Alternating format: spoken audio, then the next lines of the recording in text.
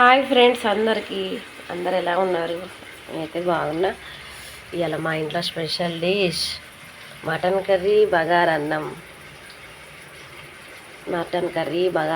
రేపటి నుంచి ఇక నవరాత్రులు స్టార్ట్. ఇప్పుడైతే పొయ్యి మీద ఉల్లిగడ్డ మగ్గుతుంది మటన్ కర్రీకి.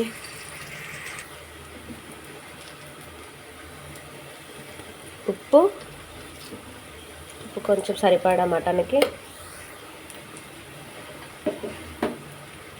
అల్లం వెల్లిగడ్డ ఎప్పుడైతే ఫ్రెష్ ఉండదు అప్పుడు కూరలు ఎట్లా వండినా సూపర్ ఉంటాయి ఫ్రెండ్స్. కలుపుకోవాలి. అల్లం వెల్లిగడ్డ ఫ్రెష్గా ఉంటుంది, స్మెల్ కూడా ఎంత సూపర్ ఉంటుంది కదా ఫ్రెండ్స్, బాగుంటుంది.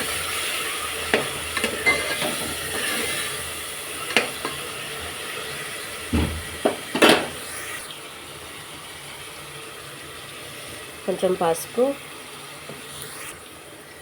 కొంచెం కొత్తిమీర పుదీనా.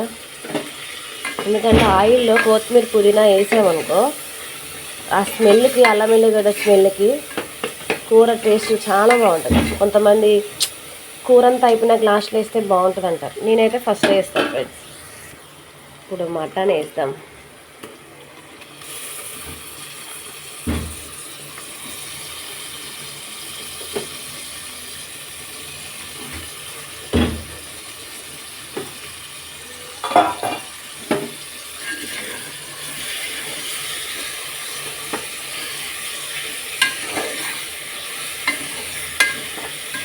కొంచెం నీరంతా పోయినాక మనం కారం అవన్నీ వేసుకుంటే సూపర్ ఉంటుంది.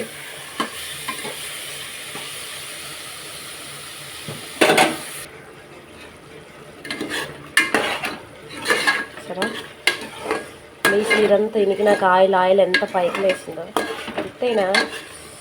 మటను కడిగినాక ఇట్లా వండుకుంటే సూపర్ ఉంటుంది.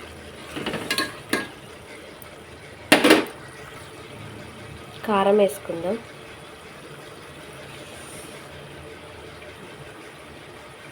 ఉల్లికాడ కారం మనం దంచుకుంటే ఎంత టేస్ట్గా ఉంటుందో.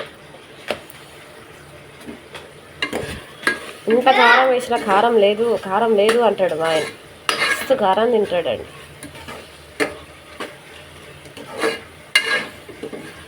వాటర్ పోసుకొని కుక్కర్ మూత పెట్టుకొని 4 విజిల్ వచ్చేదాకా ఉడికించుకొని తర్వాత 4 విజిల్ వచ్చేదాకా ఉంచుకుంటే మంచిగా మెత్తగా ఉడికిపోద్ది మటన్. ఎందుకంటే ఎచ్చిపచ్చిగా అస్సలు తినద్దు, కుక్కర్లో వేస్తేనే మంచిగా లేవైపోద్ది అన్నట్టు. విజిల్ అయితే వచ్చేసినాయి.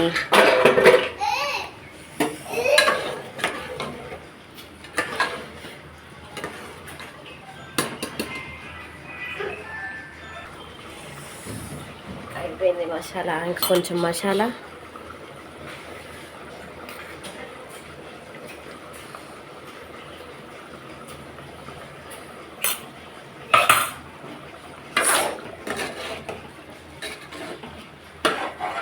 బాగా కలుపుకొని నేనైతే జీడిపప్పు, గసగసాలు మంచిగా రుబ్బుకొని ఇలా పేస్ట్ చేసుకున్న కొబ్బరి 3 కలిపి గ్రేవీ బాగా వస్తుంది. ఇట్లా వేస్తే కూర కూడా సూపర్ ఉంటుంది. మనం మటన్ బిర్యానీలానే ఉంటుంది. ఇట్లా కొంచెం చిక్కబడిందంటే ఇక స్టవ్ ఆఫ్ చేయడమే.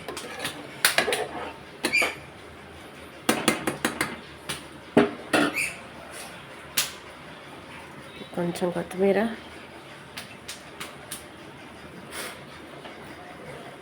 కొంతసేపు ఉడికించుకొని బంద్ చేస్తే మటన్ కర్రీ రెడీ.